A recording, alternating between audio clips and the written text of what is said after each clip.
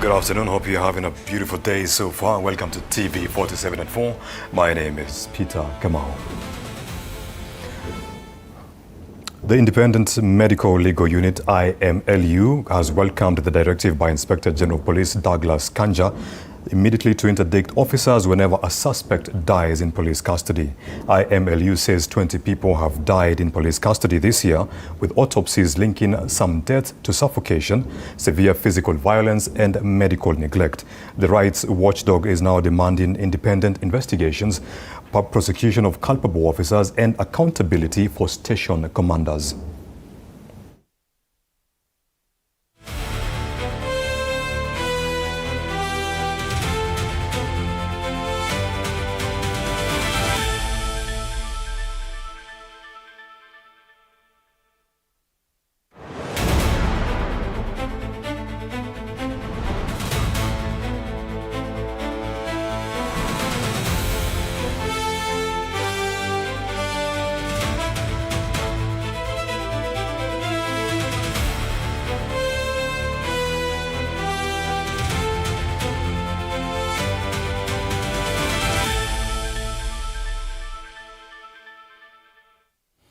Kenya's Interior Cabinet Secretary Kipchumba Murkomen has praised Wiper Patriotic Front leader Kalonzo Musyoka as the only opposition leader with integrity, while criticizing his colleagues for promoting tribal politics. Speaking in Machakos during the graduation ceremony at Scott Christian University, Murkomen said opposition leaders had lacked integrity and the capacity to lead the country, accusing them instead of promoting tribal politics. Honorable Kalonzo Musyoka, I know that, and he's a member of this church. But I must give him a lot of credit that over the many years he has lived in the opposition, he has tried so much to remain national in his conversation and in his presentations. I wish the other opposition leaders would learn from Kalonzo Musyoka. Yeah? If for nothing else, he has tried to maintain his conversation to be national. He may have other challenges, but that is not one of them. And I want to assure you that we will deal with all those people who are mobilizing goons and violent people to come and disrupt meetings. The National Police Service is well instructed to make sure that meetings continue being peaceful so that Kenyans can campaign in an environment that is peaceful. Former Deputy President Rigathi Gachagua has accused President William Ruto of trying to shift public attention from his government's record by reviving political debate around former President Uhuru Kenyatta. Speaking in Naivasha after opening DCP party offices, Gachagua said Ruto's remarks were intended to draw Kenyans away from questions about the performance of his administration. Gachagua insisted that the president cannot divert public attention from the government's record.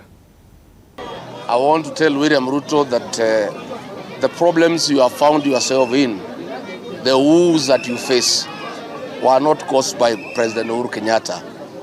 They are self-inflicted. President Uhuru Kenyatta, for the record, never advised you to abduct and kill the agencies.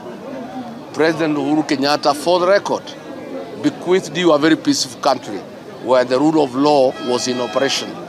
4 years down the line, this is a country of goons. Goons have taken over the National Police Service. They work alongside police officers, and nobody is safe in this country. It is not President Uhuru Kenyatta who told you to suspend the rule of law and use goonism as a way of life. It is not President Uhuru Kenyatta who advised you to destroy free primary education, bequeathed this country by Mwai Kibaki. It is not President Uhuru Kenyatta who told you to suspend the NHIF and come up with a mongrel called SHA. So, William Ruto, please leave President Uhuru Kenyatta alone. President Uhuru Kenyatta is retired, and face your competitor Rigathi Gachagua. That is the man you must face. You cannot pretend that you are at war or you are in competition with the President Uhuru Kenyatta. President Uhuru Kenyatta will not be on the ballot. He is not your competitor. Just accept the reality that the man to face you and remove you from power is one Rigathi Gachagua. And that is the man who issued an audit on your performance on Tuesday. It's not President Uhuru Kenyatta. Just focus on the real battle that lies ahead, and you must accept the reality that the man to face is Rigathi Gachagua. President William Ruto has directed the Ministry of Education to allocate 5 million shillings to each institution that participated in the 98th Kenya Music Festival State Concert in Bungoma. With close to 30 institutions participating, the allocation could exceed 150 million shillings. The president says the funds will support infrastructure development in the institutions as his administration seeks to expand opportunities for young people to develop and earn from their talents. Ruto also announced plans to establish a Kenya National Talent Search to identify and nurture talent in music, comedy, acting, poetry, film, dance and sport.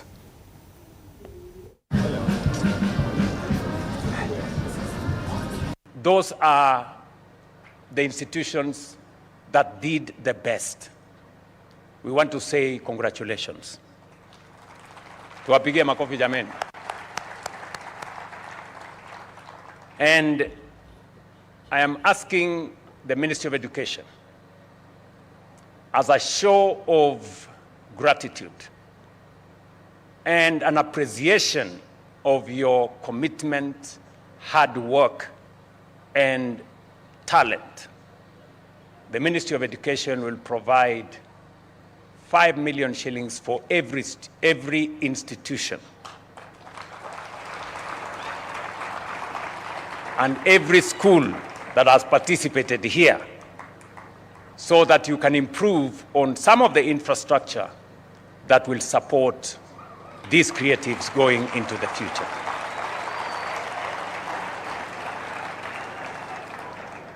So, Bwana Waziri na timu yako, pangana na hawa watu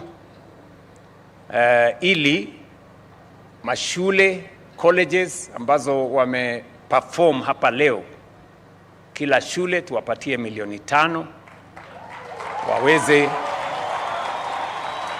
kushughulika na kujenga foundation ambaye itafanya music and the creative space to improve. Wiper Party leader Kalonzo Musyoka has urged President William Ruto to respect former President Uhuru Kenyatta and stop dragging him into political disputes. Kalonzo, who spoke in Malindi while welcoming former Cabinet Secretary and Malindi MP Aisha Jumwa to the party following her defection from the ruling UDA party, told President Ruto to handle political differences with respect. Wiper Party has also unveiled its gubernatorial lineup in the Coast region. Aisha Jumwa will contest the Kilifi governorship. Mohamed Ali will vie for Mombasa, Shakila Abdallah for Lamu, and Dan Mwashako for Taita Taveta.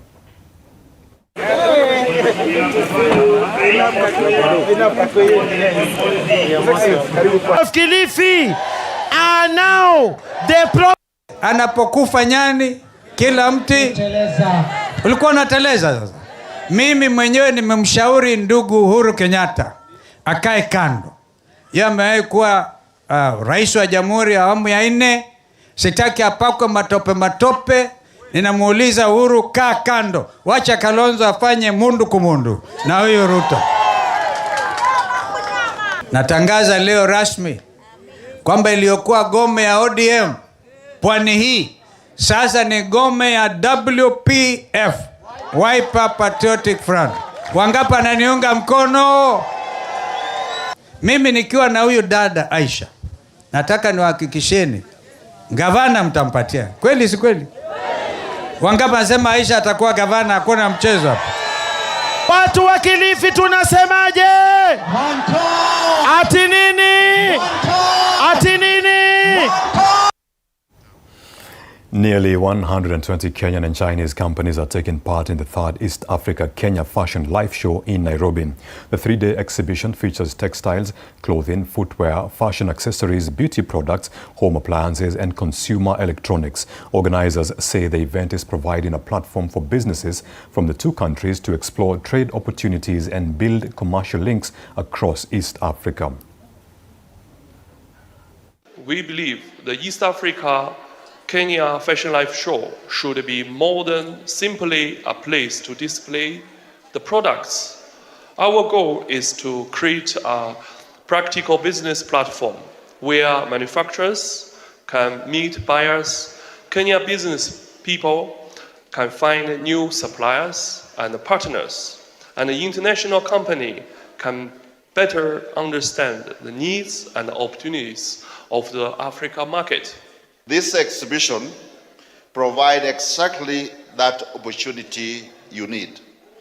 It brings together entrepreneurs, innovators, and investors under one roof, creating meaningful business-to-business engagements, technology transfer opportunities, and access to regional and international markets.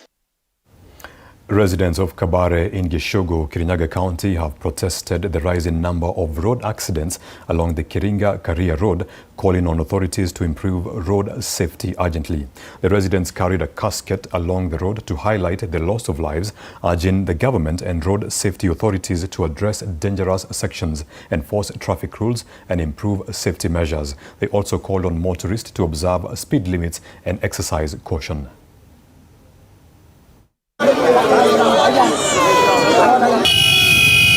Barabara imekuwa tizo kwa maisha yetu, na kuna watu wengi wamekufia kwa hii barabara, na tunaomba serikali yetu na serikali, na tunaomba kupitia MP wetu wanje watuwekee mbabu.